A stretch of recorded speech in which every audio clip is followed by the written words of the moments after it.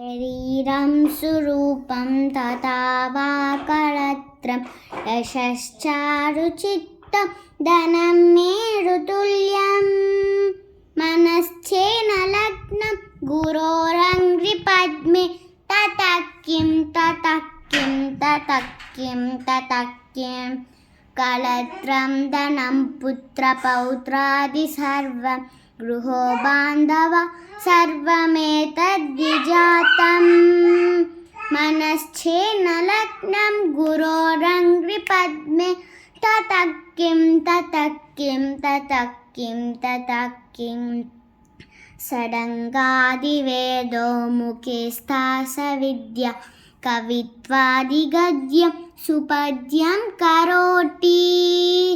मनश्चेन लग्नं गुरोरङ्घ्रिपद्मे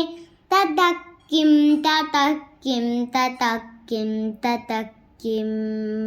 विदेशेषु मान्या स्वदेशेषु धन्या सदाचारवित्तेषु मत्तो न चान्या मनश्चेन लग्नं गुरोरङ्घ्रिपद्मे ततः किं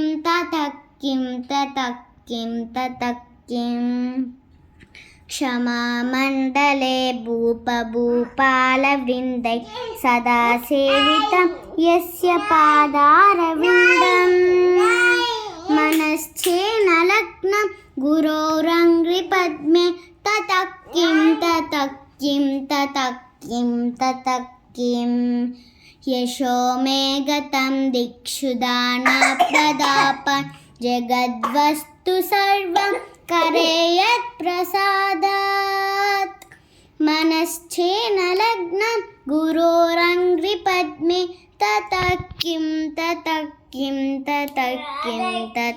किं न भोगेन योगेन वा वाजिराजु न कान्तामुखे नैव वित्तेषु चित्तं मनश्चेन लग्नं गुरोरङ्घ्रिपद्मे ततः किं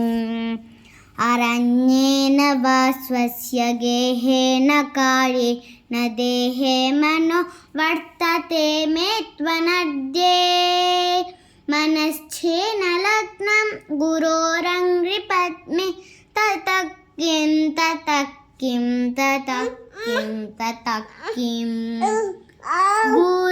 गुरोरष्टकं यः पठे पुण्यदेहि यतिर्भूपतिर्ब्रह्मचारी च देहि लभेत्वाचितातं पदं ब्रह्म सत्यं गुरोरुतवाक्ये